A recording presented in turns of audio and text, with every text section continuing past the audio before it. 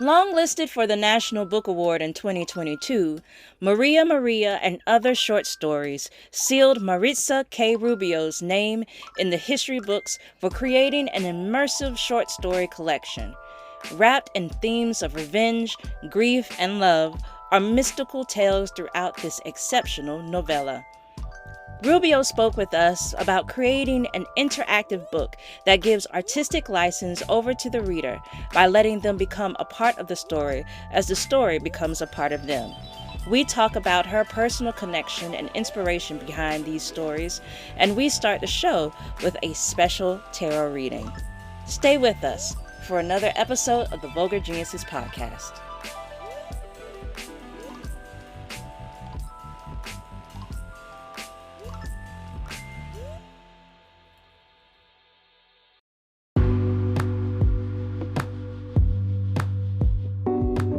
Are you currently looking for a bookstore that has a great selection of books? Well, Kizzy's Books and More is that bookstore. Visit www.kizzy'sbooksandmore.com to purchase your next book for our book club.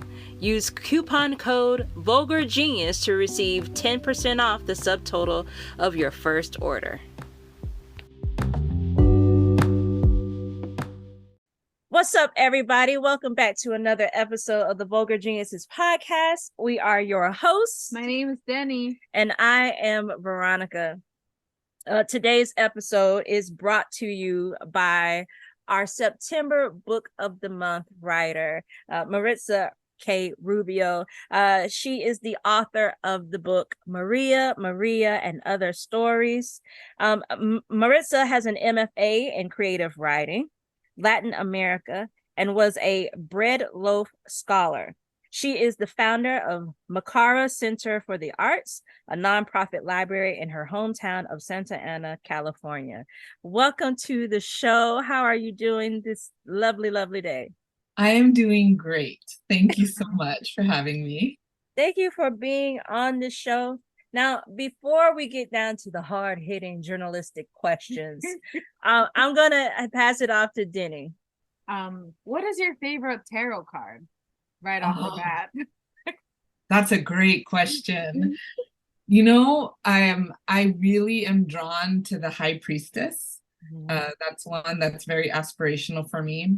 But lately, I've been pulling the Magician card quite a bit, and I've gotten a newfound appreciation for that card. I love the potential that it contains, and sort of this, like, you know, this ability to go between worlds in the same way that the High Priestess can. But there's just all these tools that are set out in front of them that I'm really drawn to figuring out how to take inventory of what we have and how to deploy it and how to utilize the tools, both, you know, for this dimension and the next.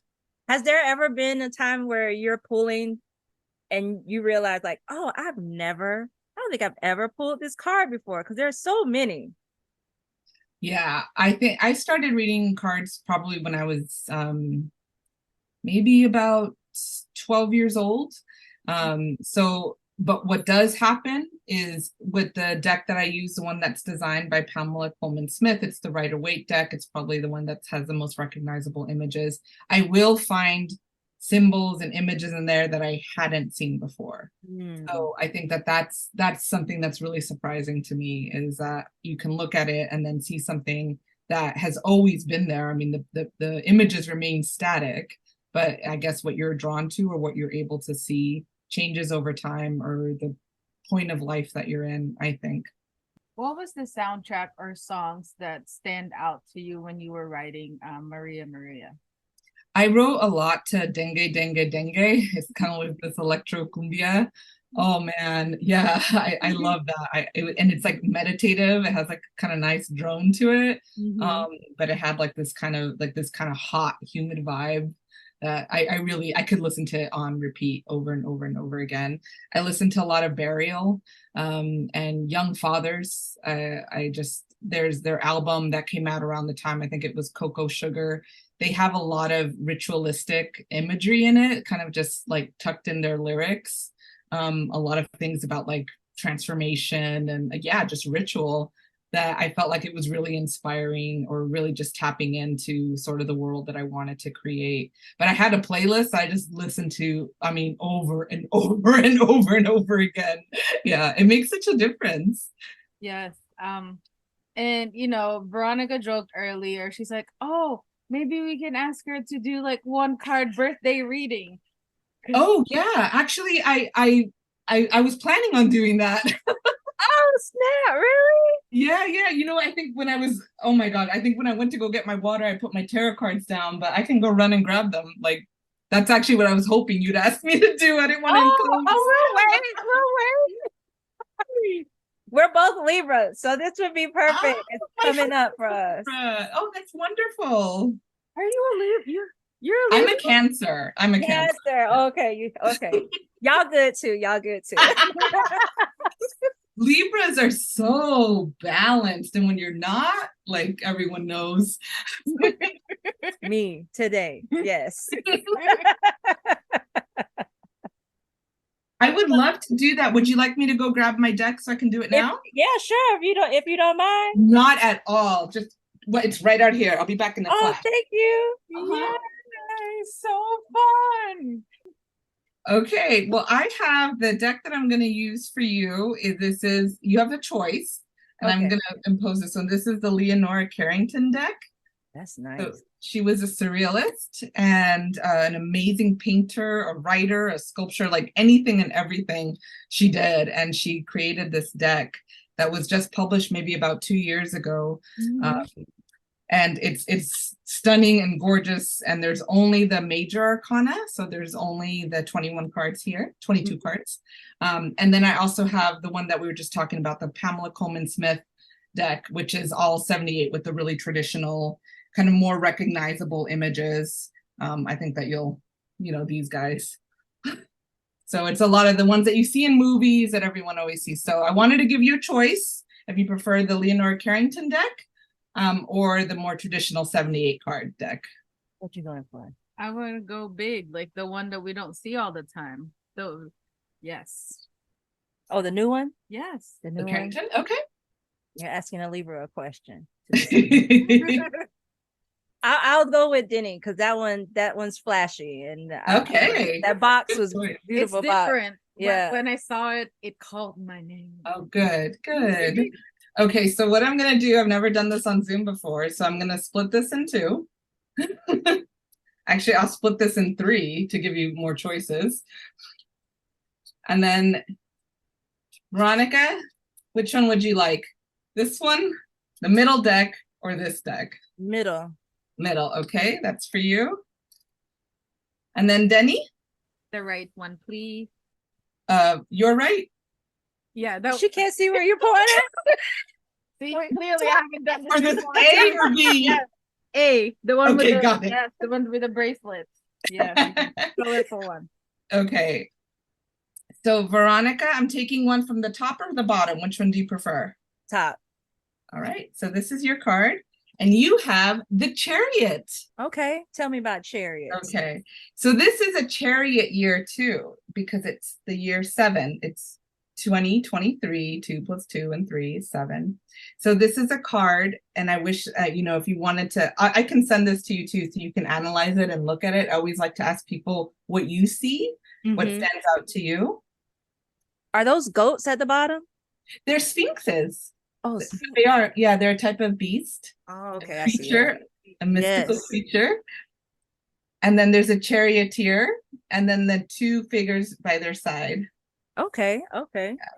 So this is a lot of movement. And again, I want you to take some time to look up what the chariot means to you. So a lot of movement, a lot of transportation, a lot of shifting energies. It's also the resolution of conflict, internal conflict, to be able to use that as momentum to move beyond a situation, a relationship, or even a state of mind that is no longer useful to you. But there's a very quick energy here. This isn't like a slow, deliberate, simmering time. It's quick. There's a lot of quick movement, sharp turns, quick thinking. Yeah, that definitely describes this year. This year it's been fast. I mean, it's almost October, right? So especially in the last few months for what we've been doing. We've been booking things back to back to back, and it's just like, okay, we're doing a lot. So I'm gonna take that. I'm gonna look that one up and read more into the Chariot. Yes, and you can also identify some of the images look the same. So I always like to ask people when there's more than one figure, like which one do you identify with? The one that has the reins, the one that's kind of looking from the distance, the ones that are looking to the side, the ones that are controlling the movement. So whichever calls to you. Okay. And Denny, top or bottom? Or in between? Top? Okay. Ooh, one of my favorite ones. Is that Death? It is Death. Yeah. 14th card. This is coming to an end, a close. This is one of my favorite cards, especially in this deck, because of the magueys all around it and like these really strong plants and the sort of like happiness of the skeletal. Obviously, you read my book, so you know what I'm drawn to, but this is like the composting part where, you know, he's tending a garden. The figure is tending a garden that has these magueys, hands, heads, like overthinking. It's just like, let's just, you know, harvest that. All of your thoughts are being composted into something new. So death is this time of great transition, especially now in the fall. Like this is the time where we're really taking stock of our harvest, to making sure that we are tending our gardens, tilling the soil. So I don't want to exhaust these garden metaphors, but I always want to make sure that when people get these types of cards that are more intense, like the Death or the Tower card or the Devil, that there's like any fear that you feel coming up with it, or any kind of whatever your perspective is on death. It's like just sort of this transition phase. It's not an end. It's not a severance. It's like the portal to something new, which I think is just a very exciting time. Yes, I'm actually not afraid of it, because I think of it as something that's necessary for something to happen. Yeah. Like something has to pass before, because I'm Filipino, so in the Philippines there's this tradition where they say if a mother bears another child, it's usually the soul of the person that passed away that's closest to them. So I had my child when my grandfather passed away. Like I had my kid the year after my grandfather passed away. So yes. So to me, that's something that's always been, yeah. I never believed in it, but then when it happened to me, and I'm like, oh, okay. Oh, I see.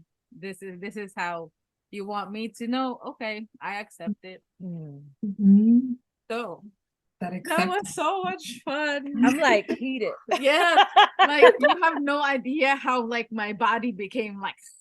And I don't know if you could hear, but a thunderstorm has just started. Like right when you're starting to read, and it's like the thunder and lightning is going on in the background. Like, what a moment. This is setting the scene. No, very. Thank you for sharing that with us. Oh my gosh. Thank you for letting me do this. I love doing this. So thank you. So now on, the stories about the book. So quite honestly, we haven't read anything like your book before. So it's like, to me, it's like characterized by normal people with unusual and remarkable situation or circumstances. We feel like this book came out of like a different dimension almost. How did this all begin for you? I think I'll answer that by focusing on just the linear timeline that we both share. For Brujeria for Beginners was the first story that I wrote that's part of this collection. And I believe I wrote that in 2012. So that was over 10 years ago. And I think that once I started writing that story, and then it takes me maybe about 2 or 3 years to write a story just to really get it out. And I started noticing that there was definitely a theme to my writing. I think after time, I'd been writing for a while, and I started really focusing on the things that have been just intriguing me since I was a kid. Like I mentioned earlier, I've been writing or reading tarot cards pretty young, or like right around the time I was turning into a teenager. And, you know, I always was around cats and, you know, where I grew up in Santa Ana, we have a lot of, you know, our climate here in California, in Southern California, is pretty warm, pretty consistent, but it is conducive to like a lot of the, you know, fruit trees, a lot of the tropical trees. Like we have a maracuya vine, there's mangoes, like it smells amazing in the summer. And I think that that just really fed into my imagination constantly. And, you know, I grew up in a predominantly Mexican community as well. So like there was always, the language was always here, you know, every part of the culture that, you know, my neighbors brought in or my parents brought in. And I think all of that just populated everything, that when I finally started, you know, writing, look, I think when I wrote Brujeria for Beginners, it kind of broke through that, where I was just able to start focusing on that. Like those are the things that were finally mature enough, or like they had ripened enough in my brain, that I was able to create stories out of them. And I don't know, I think that that's one of the surprising things about writing this book or editing this book. Is just really seeing how personal it is, even though it doesn't feel like, I know that there are jaguars and I know that there are rips in space-time, but it feels really, really personal. And I think that a lot of those stories are just reflections of what it was like up until that point in my life, up until, you know, my mid-30s. So I don't know if that answers your question, but it did take me about 10 years to gather all the stories together. You have like an interactive book. Was that a conscious choice from the beginning? Because you want, you know, it feels like you want people to experience the book in a different way. Like you can color, you can, you know, draw, you can even fold origami if you wanted to. Was that something that you were like, oh, if I made something, I want people to also like, you know, be, I guess because it's another experience, you know, because people are so afraid of like even folding a page of a book. But you're like, no, color my book, you know? Yeah, the book is yours. And I think that's one of the things that I really want the reader to feel. It doesn't exist without the reader. I think that's the necessary part of this book, or maybe most writers feel that way, that it's just a chemical reaction, or it's I only do like half of it and the other half is filled in by the reader, because you're tapping into your own experiences, your own imagination. The way that you're perceiving that world is so wholly yours. There may be some commonalities with someone else who reads the same story, but I really want it to be yours. And I think that there's no other better way to do that than to just like invite you to just scribble all over the pages and rip it apart, even if that's something that you need to do. I mean, we add a lot of, you know, I think you shouldn't burn it. You know, I think that that's one of the things that I would probably feel I'd have some thoughts about, but I think that there is, it's an object that's just yours. And I think that talking about composting, you know, there was a story that I wrote about how to make an origami crane, and it was, you know, instructions on how to make an origami crane about a woman who murders her significant other. And when it came time to figure out how to put this collection together, it didn't work. It just didn't feel like it was, it just didn't feel like it could stand alone. But I was able to integrate it into the longer novella of Maria, where it made more sense for her to, like, it became part of the story rather than a standalone story. And an art show where we invite, you know, the reader to color in and do a self-portrait. I think it was that same tendency of like, again, like I really wanted to emphasize this is your book. So I would love to see more people self-portraits. One thing I would love to see. But yes, I want it to be interactive. And part of that is, you know, when the library that opened up here in my hometown, I noticed that was the thing that people were really drawn to, is the adult coloring books, puzzle books. That was something that was constantly requested by all ages. And you could just see a different level of engagement with the reading when they had something to do with their hands. So I was curious about that. There's something to say when you're like inviting someone into that space that is just not to be consumed one way, that there's all of these multiple ways to take in the work, and that is just absolutely clever.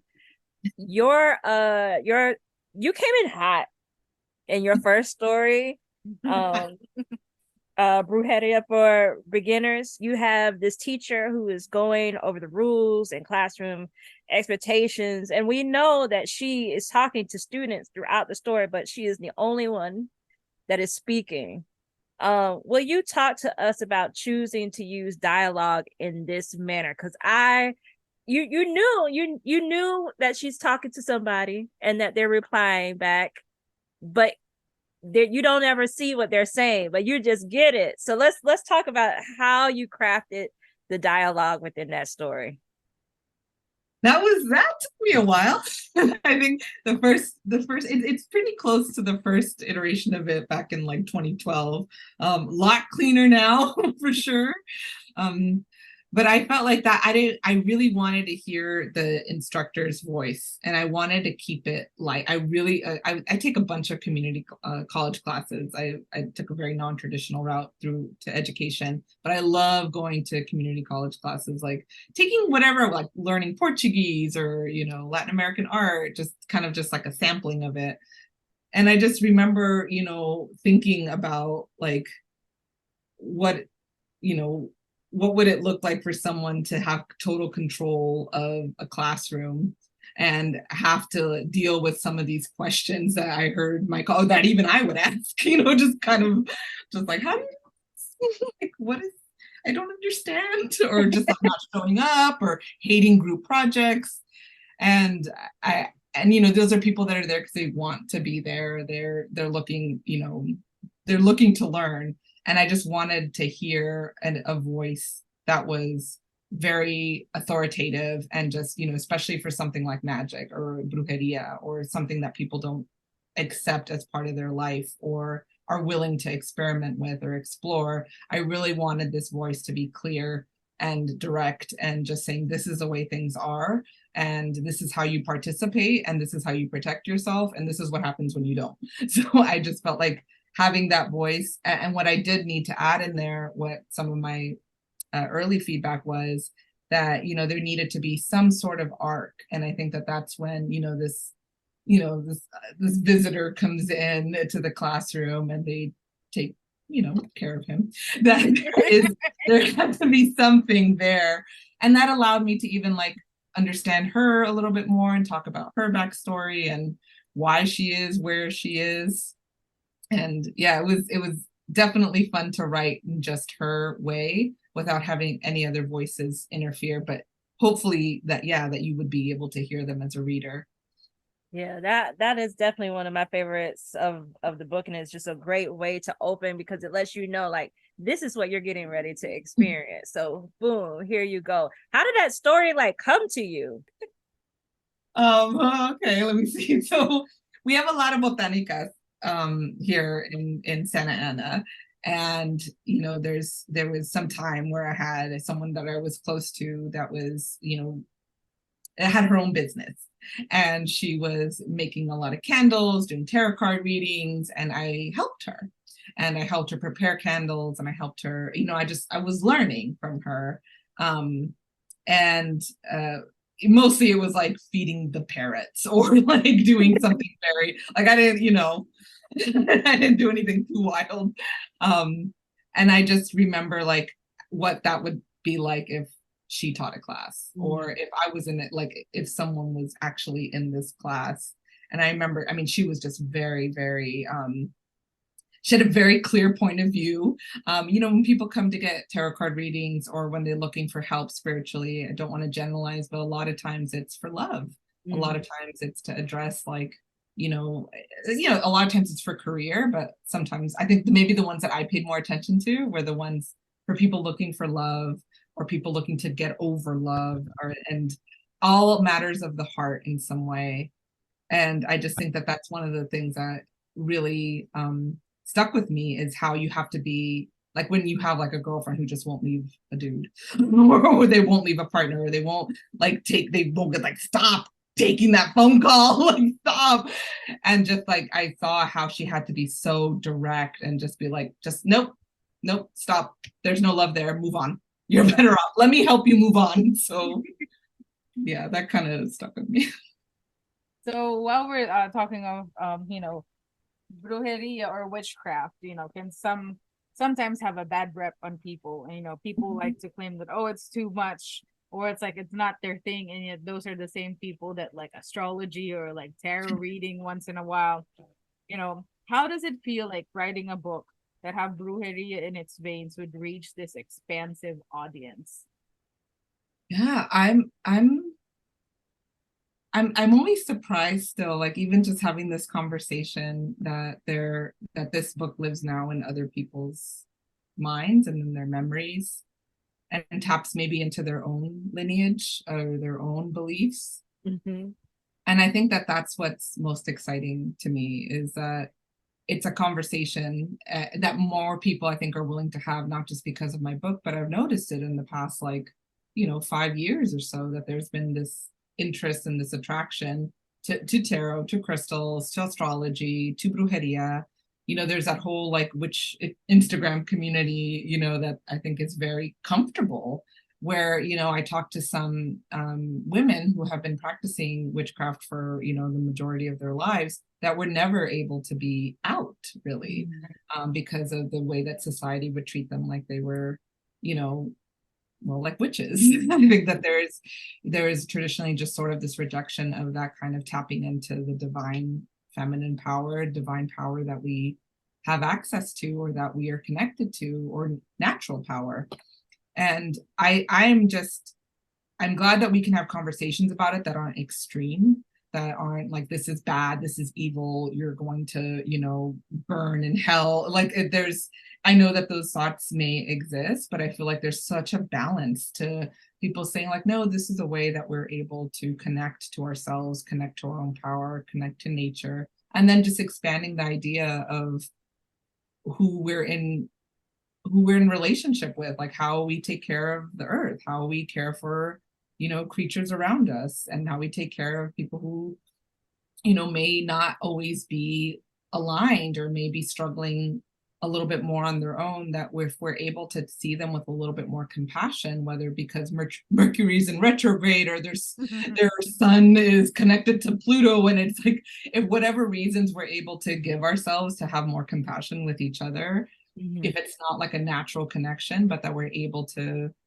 see them as like a wounded spirit or someone who's struggling, I think that that's also valuable. So in the way that we connect with ourselves, and the way that it allows us pathways to connect with other people. Yeah, it's definitely been quite something to see with over the last few years of how people have been choosing to connect with spirit in multiple ways that might steer them away from what has been the collective norm, especially here in America, where you have Christianity at the stand front, and having someone say, I'm going to tap into something that I feel like is more connected to who I am, or just in general of like the history that I might not have known right away. We had a writer named Amber McBride earlier. She's a young adult writer, and her books deal with that, and that is something that she herself has found herself going. And I think she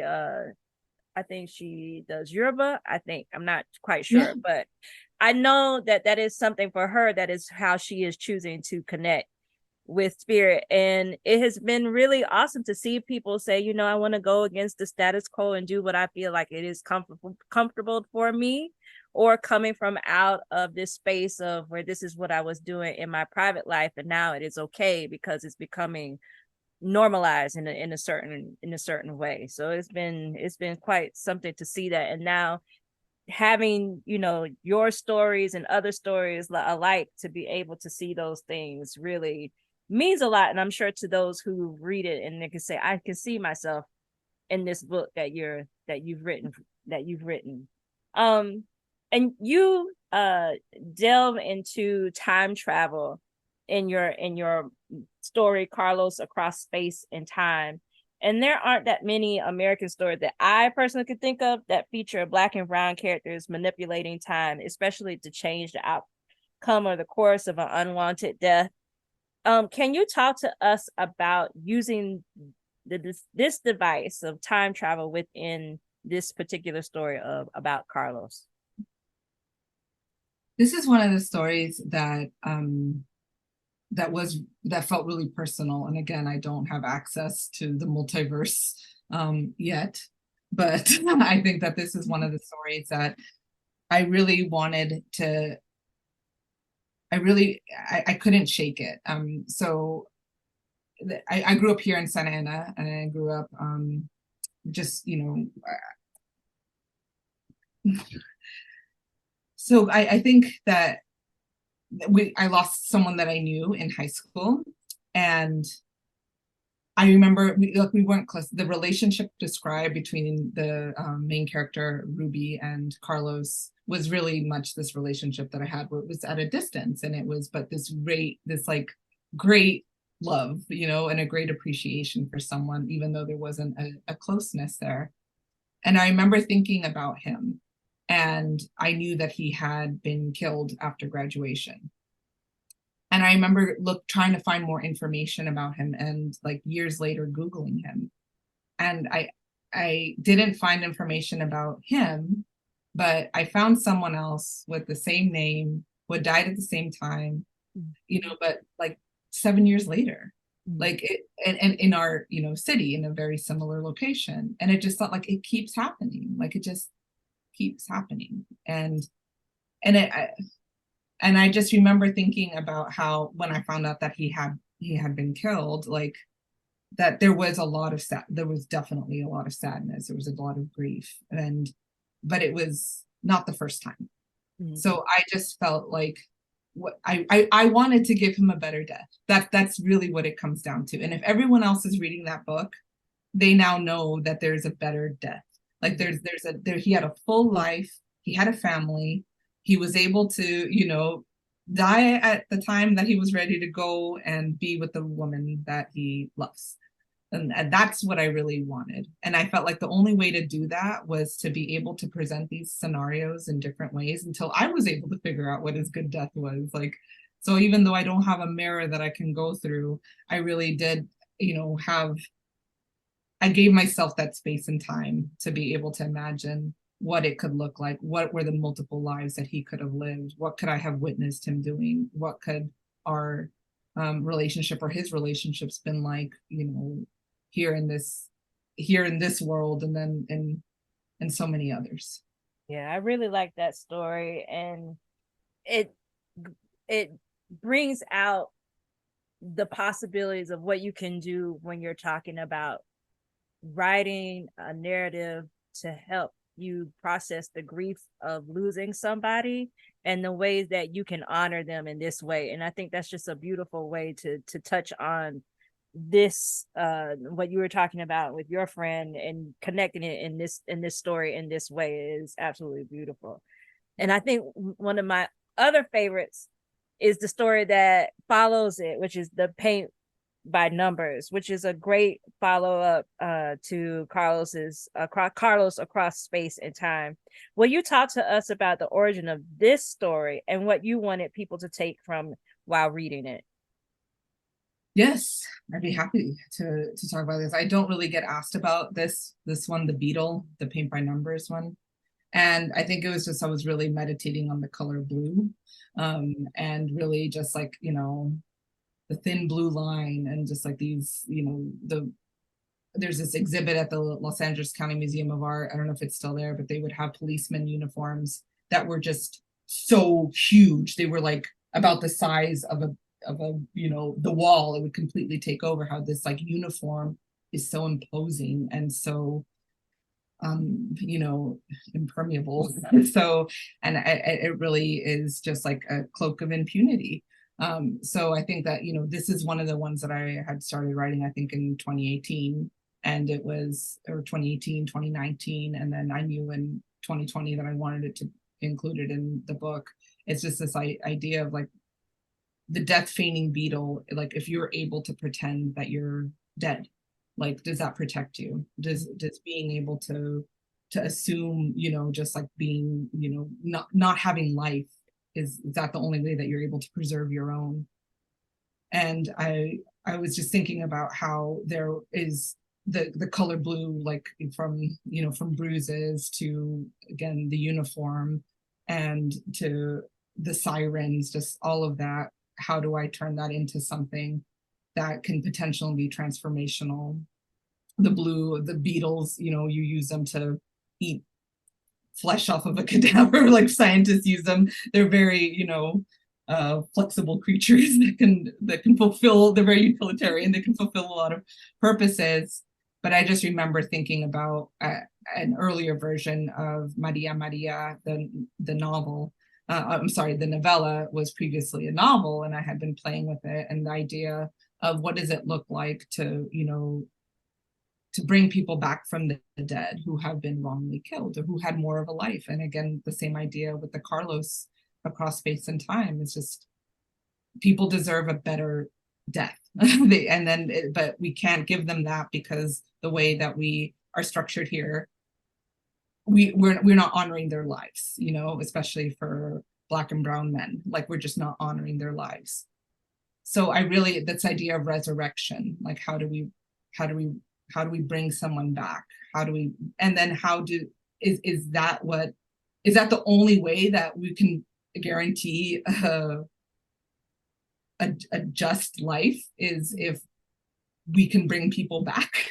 Just so that way there is some retribution, there is some balance, there is some justice. I think that the theme of revenge in your book is probably the standout star for me. Amongst other things. We often ask writers about intention in their approaches to their writing, and most say that major parts of their stories just come to them and it is sort of worked out in their favor. But your book feels like intention was brought to the writing table as you piece these themes of revenge and death and rebirth together. What purposeful things did you bring in your approaching of this collection? I was very, and I still am, and I encourage everyone to be just connected to your shadow. And just really exploring, you know, the parts of you that you don't always share with other people. I think as long as you're sharing them with yourself and you're being honest, like, that is where there's so much potent power there. Because I think that there is a tendency for us to want to believe that when someone does wrong, or someone harms you, or it harms someone you love, that everything will work out in the end, that, you know, karma will come back. And I think that it will, but maybe not in this lifetime. You will not be able to see it. You know, they'll come back as a, you know, as a millipede or something, and like, but how is that satisfying to you? You know, like, so I think that there is something there to be like, just at least to be aware of, you know, what your thoughts are towards, you know, certain situations or certain people, and to be honest about things that you don't like and things that don't cause you happiness or that you would want to excise from your life. And that way it makes you a lot more clear about what your boundaries are and what you really, really want and what your real desires are. And that's one thing I'm starting to think about for, you know, this next stories that I'm writing, is just this idea of desire and like what that looks like, you know, what fantasies look like, what desire looks like, and why some of us are afraid of our own desires, even for like very small things, you know, like it's hard for us to talk about you know, sex. It's hard for us to talk about love. It's hard for us, or maybe it's easier for us to talk about love, but maybe like, what about love that you know, it's forbidden, or like love that's not just romantic love or friendship love. There's a whole spectrum there. And I think I'm just really curious about how we're able to have those conversations with each other, if we're able to be like brave enough to just be like, okay, this is part of my darkness, and like, let that be exciting. So this is coming from me that grew up also with a lot of these stories, very similar stories. How do you explain to people that, you know, their view of magical realism and like the fantastical can be people's like tradition or culture or like their story? I think you just did it. Like that's it, is it's our reality. And I think that that's sort of the, you know, your thoughts create your reality. And like it is you with the stories that you tell, what you repeat and what you honor, starting with your family, like how you talk about your dreams or how you talk about things that you see, or the way that we have like a huge garden. We always grew up with a lot of plants and a lot of cats and dogs and all of that. So I grew up in a place where, you know, there was a lot of just a lot of natural relationships with things that were not human. So I think that I think that so much of it is from the stories that we are told when we're, or that we receive when we're younger, and also just our intuition, like the things that are developed, and how you're able to invite other people and invite your family and encourage them really to give more attention to those things, to give more attention to your dreams. Like even now, I mean, that's how we start our day, is like talking about our dreams. Like, what did you dream? Or I had a really terrifying dream where I was paralyzed, or like all of these kinds of, you know, the images that are recurring. Like just when you were talking about, you know, the blue, you keep seeing blue, blue. It's like it's to the point where, I mean, there's so many things that are demanding your attention every day, but it's to the point where you're noticing it. And you're saying, this is something, there's something there. And you, I mean, I think that that's like again, like there's an invitation there for you to explore what that color is. You know, is it water? Is it ocean? Like what is something? Is it moonlight? Is it like, what is it? It's very high priestessy to me as we're talking about this. And I think that hopefully now people are more accepting that we have, especially our cultures will inform the way that we perceive the world and how we make decisions, and what influences and informs our thinking and our approaches to other people and to other relationships. So I'm hoping that that's becoming more accepted, and as it's more like books like these are coming out and are, that's sort of the conversation that a lot of the authors are having, is just like, this is just the way it is, and you have another way it is, and this is my way it is, and they both can exist. Right. Yes, yes. So we also have noticed in your essays the continuity of like the flora and fauna that has been found like throughout the stories. How important was setting the background as one of your characters as you tell your stories throughout, you know, the collection, to finish out your book till the end with a map and all? I really need to have a sense of, I really need to know where I am. I need to understand the world. And I felt like if I couldn't draw every page, because that would be one, not cute, and also just not, you know, what the reader would want. I really wanted there to be a sense of heat and like crunchiness, like, or like the smell of wetness and the green. I just really wanted there to be the softness of petals.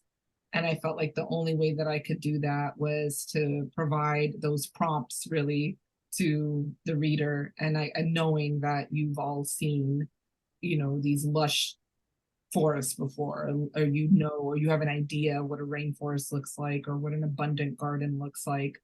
And I felt that it was really important to just let you know that that's the world that I want you to be in with me, is one that there's just, you know, these vines coming in through the roof, or like enveloping a decapitated head.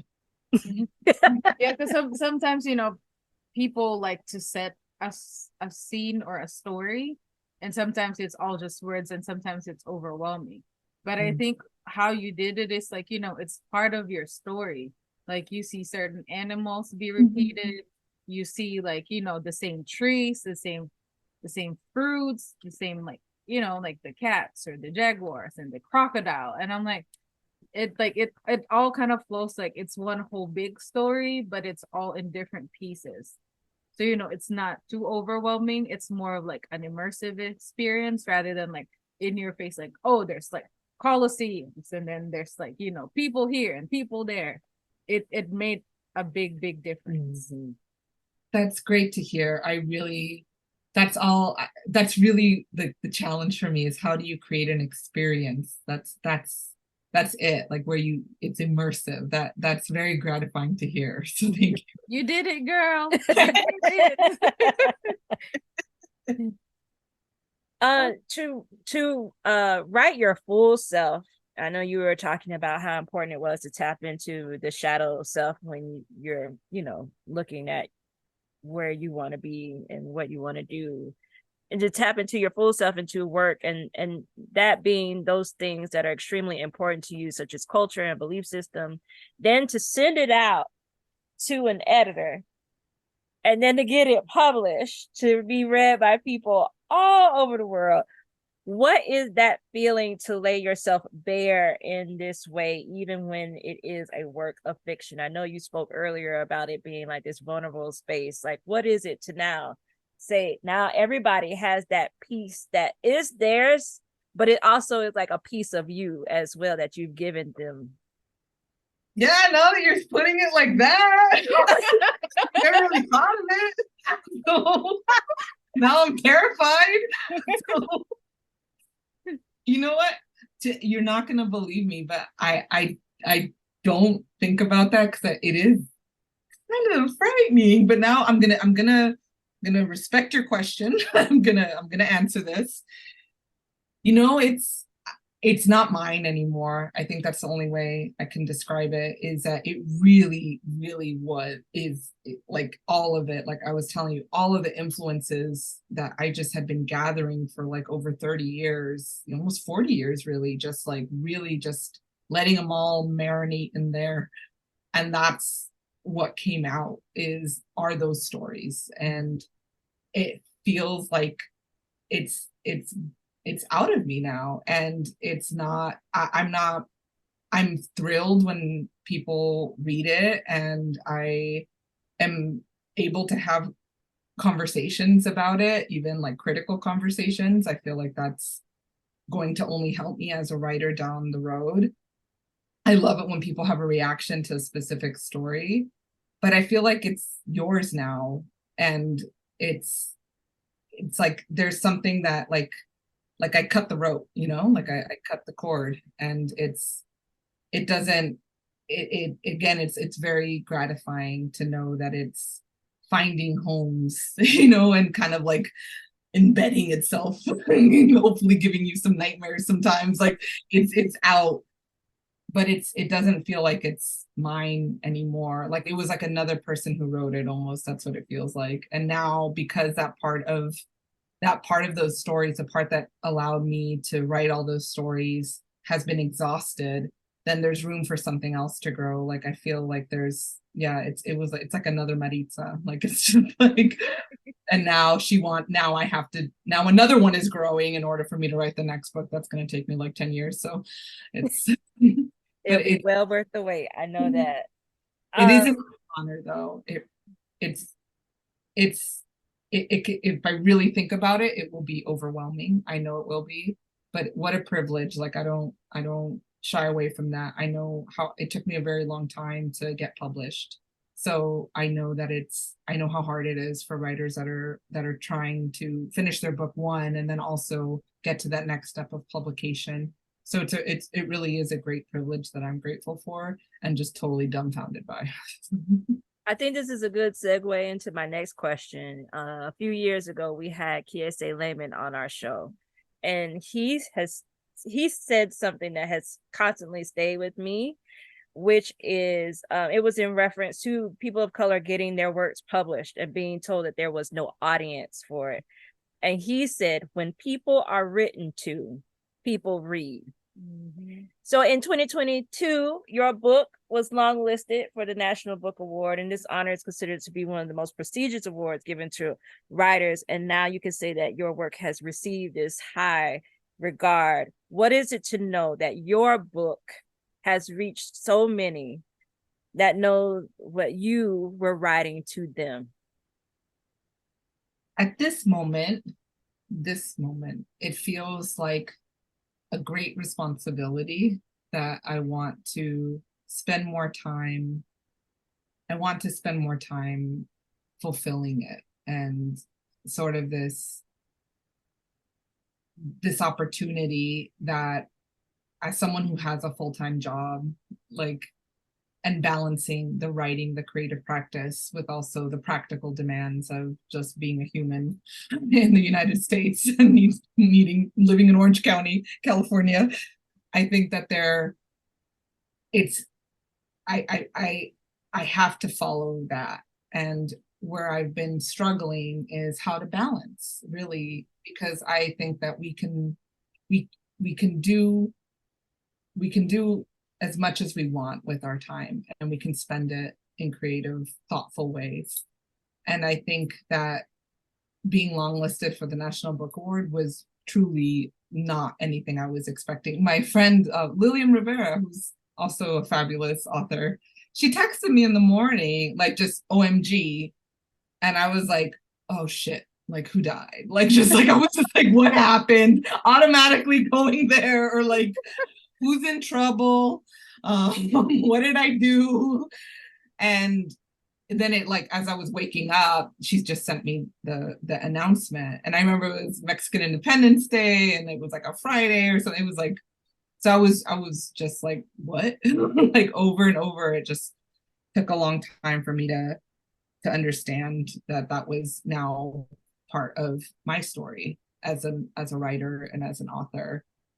And I don't know if I've been successful in fully integrating that, like, to my own expectations of myself.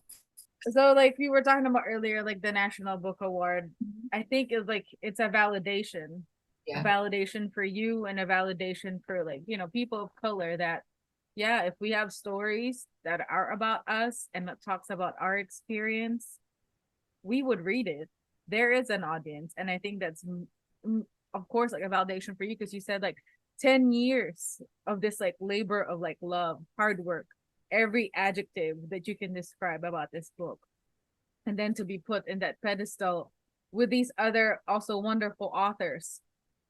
But you know, I was like, being honest, like, you know, when I saw the list, and I'm like, I was drawn to your book and to another book, yours and Jamil John Kochai. Yes. Yeah. I was drawn to those two books, and what an honor to talk to you both. And I was like, I would do my best to, like, we have to talk to you. I haven't even known what your book was about. I just saw the cover. Wow. And I was like, that we're gonna do that, and then that, and then that. But you know, like, what an honor for you to be here. Oh my God. At this time for us. Yes, we are very grateful. I told Denny today, it felt like we hit the bingo for that long list. I'm like, I think we talked to majority of everybody that's a person of color. That has always been our goal when the list comes out. We're like, we want to talk to all the people who made it. And so yeah, you made our bingo list right today. So thank you so much for that. Awesome. I mean, what you're doing is really incredible, giving us an opportunity to talk about our work, and you have such thoughtful, productive, interesting questions. I'm just sorry that the rain gods or my internet gods are kind of screwing with us. Maybe it just adds to it, I think. Don't worry about that. Everything can be fixed in post. You know, with a little bit of art. Not my magic. I'm never good at that with, like, you know, Veronica, and shout out to Preston, you know, he'll be able to, like, it'll be flawless. It'll be fine. So, you know, what does it mean for you, being from Santa Ana, being Mexican American, that you've created a space, like you broke a space in this literary universe for books like Maria Maria? I want to see what happens now. Like, I think that's exciting. I was really lucky with my agent and my publisher that they were, you know, I added in the images for like art show and the maps, like, after the book sold. I was like, no, I want to add this. And they were like, okay, if you think this is what is, you know, part of your vision. So I really love that I was able to take those types of artistic risks and not be questioned on you know, my culture or the use of Spanish. So, you know, a lot of those things that you hear that some authors really have to struggle with their publishers with or with their editors. And I just had such a positive and pleasant and just really just like warm and collaborative experience that, and that it did, that it was, you know, it did good. Like, you know, it was well received. I just hope that, like, you know, when you give yourself permission as an artist or as a writer to just do something and just experiment, maybe it won't work, but like you did it and you're just kind of pushing it and pushing it, but there will always be someone that will see what you're trying to do. And I'm really excited that, you know, like what is like when are we going to see like a pop-up literary fiction novel, you know, or is like how are people going to play with this medium in ways that we haven't thought of before, or, you know, how people can just encourage each other to push themselves a little bit off of the cliff, like not just to the edge, but what happens when you jump. So I'm really curious about that. And, you know, I really love that I was able to show what it feels like to be, you know, Mexican American in Southern California in this particular time. Like I it's such a part of, again, I was so lucky to grow up in a predominantly Mexican neighborhood that, you know, my identity was always affirmed, and just like I felt always like I was encouraged so I could be an artist, and I could, like, my identity was just part of how I expressed myself.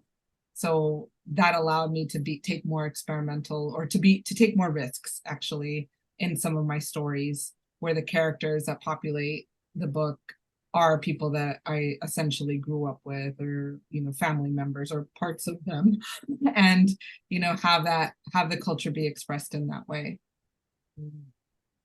Well, we are at the part of the conversation that we like to ask all of our guests. This, just so you know, this is not set in stone. It can change. It can change in a twinkling of an eye. But we would like to know either your top 5 favorite books of all time, Okay. or the top 5 books that you're really excited about that you want people to know. Like, this is what I've been reading. This is what I know that's coming out. This is who I'm excited about. Let's go. Okay, I'm going to go with the top 5, both. And I'm thinking of one of the books that I always come back to is People of the Paper by Salvador Plasencia. And I love that. And that was a book that I really needed to read it, because I felt like the way that he played with text and form and just like images on the text, like that was really, I love that. And it just, I think when I read it, it gave me permission to think about what could be possible in other books.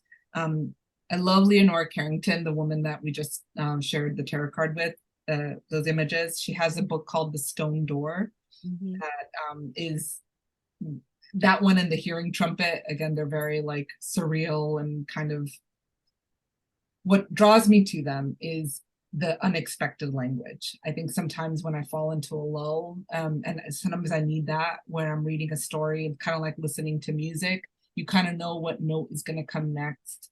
And I think sometimes when I'm reading, you pick up the cadence, you know, right, like what's going to happen, or even the emotional notes.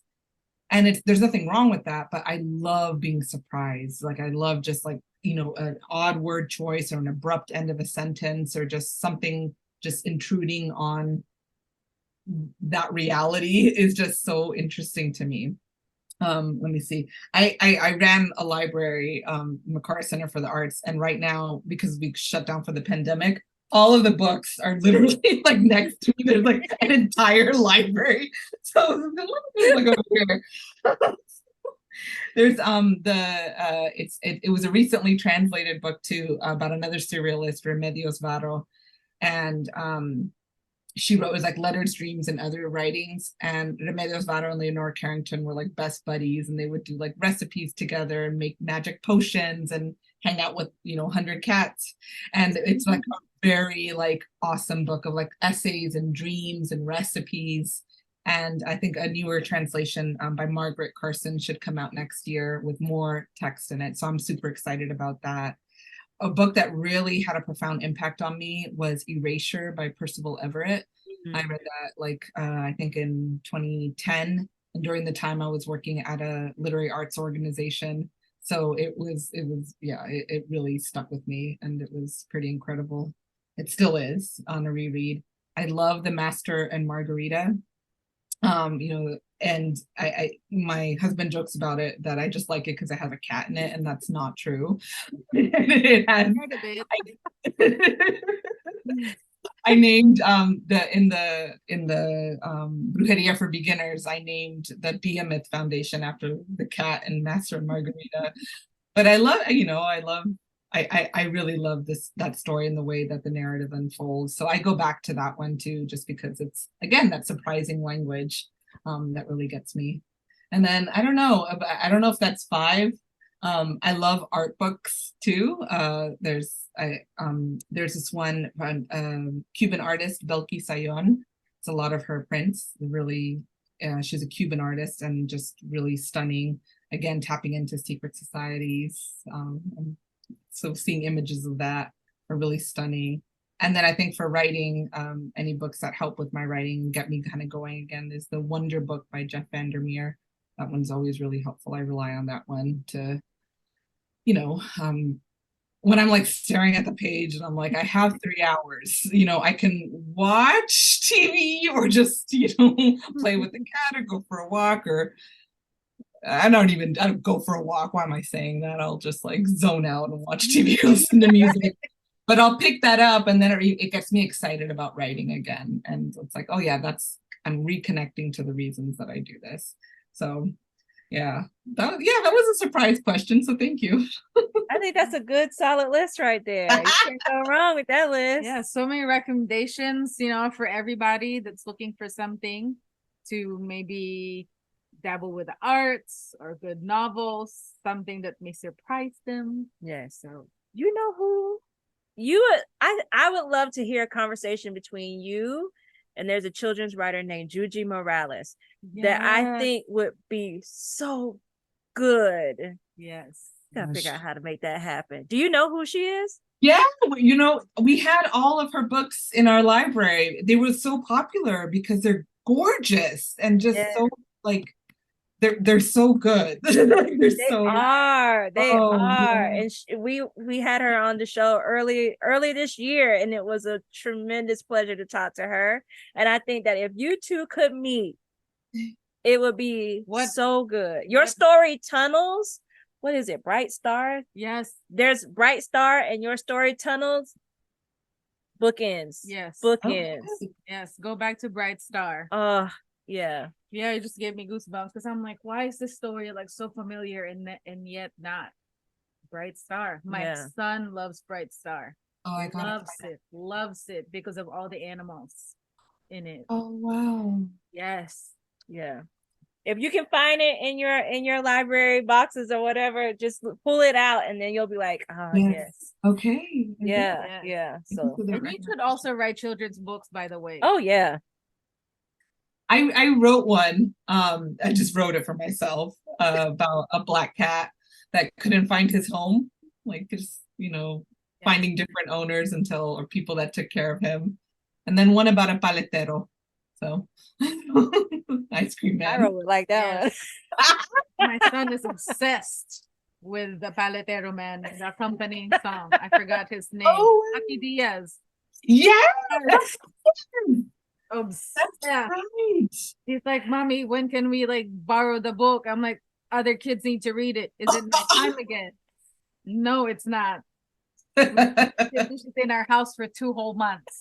Oh my gosh. Oh. He loves it. So if you write one, then he'll love that one too when you get that. Change it up. Variety. Yes. Well, Marytza, thank you so much. This is a top night. Thank you so much for this conversation. I needed it. You needed this conversation.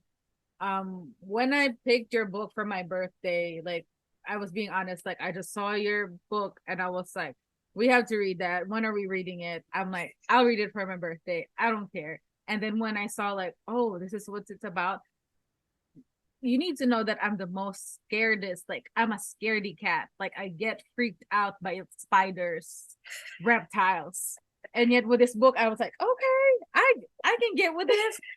I have no clue why, but that is me.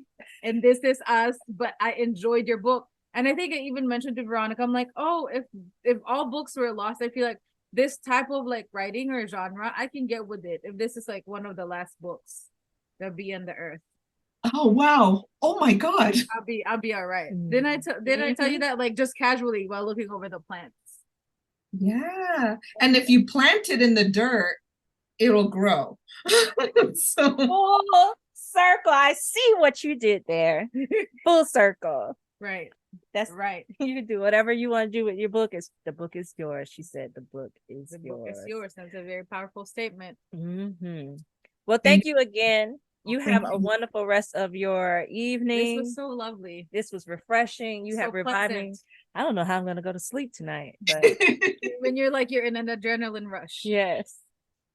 Thank you. This was incredible. You made me feel so comfortable and so welcome. So thank you for all that you're doing. Really, you reinvigorated my desire to sit down and start writing again. So thank you so much. For me. That's the most selfish for thing. You, Denny. Yes, for you, Denny, and Veronica. Yes, thank you. You can dedicate it to us. We won't mind. Well, that's pushing it, but you know. Acknowledgements for sure. I'm shooting my shot here. Shooting my shot. But until we meet again, you take care, okay? You too. Appreciate it. Good night. Good night. Night. Good night. We hope you enjoyed our show. Our show has been produced and edited by Preston Long. Make sure to like, comment, and subscribe to our podcast. Our theme song you've been nodding your head to is by Sean Kantrowitz. You can follow him on Twitter and Instagram at Sean Dammit. That's SeanDammit. Follow us on Instagram at The Vulgar Geniuses. Bye!